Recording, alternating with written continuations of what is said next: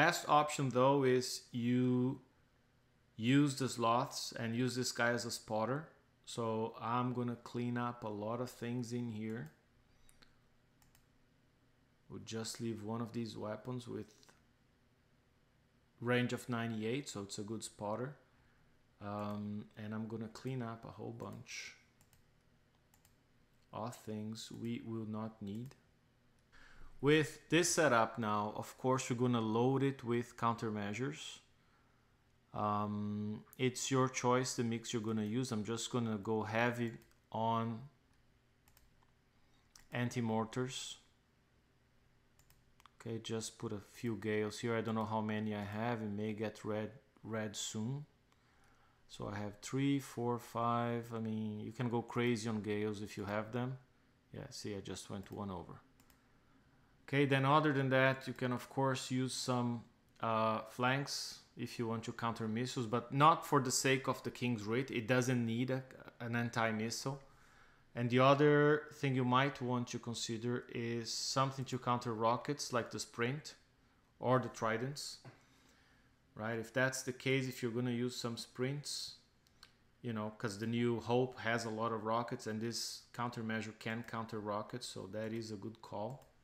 Just put a bunch of it for here.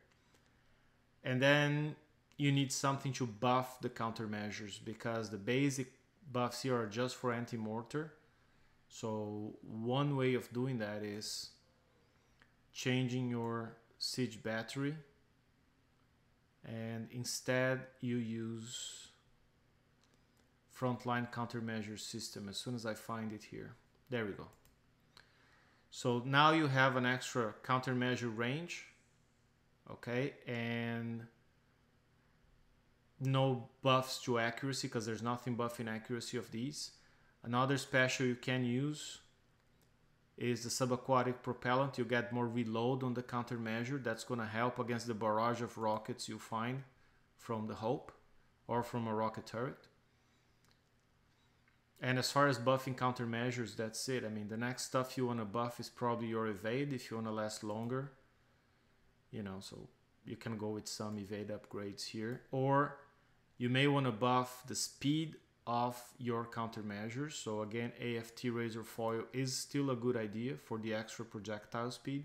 And the last one, but here I will definitely actually just switch back to, let me go there, traditional Guidance Scrambler 3, and then have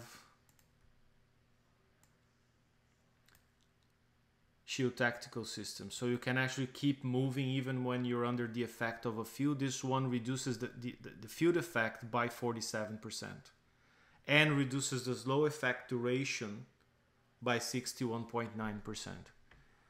Okay, so here's a good setup.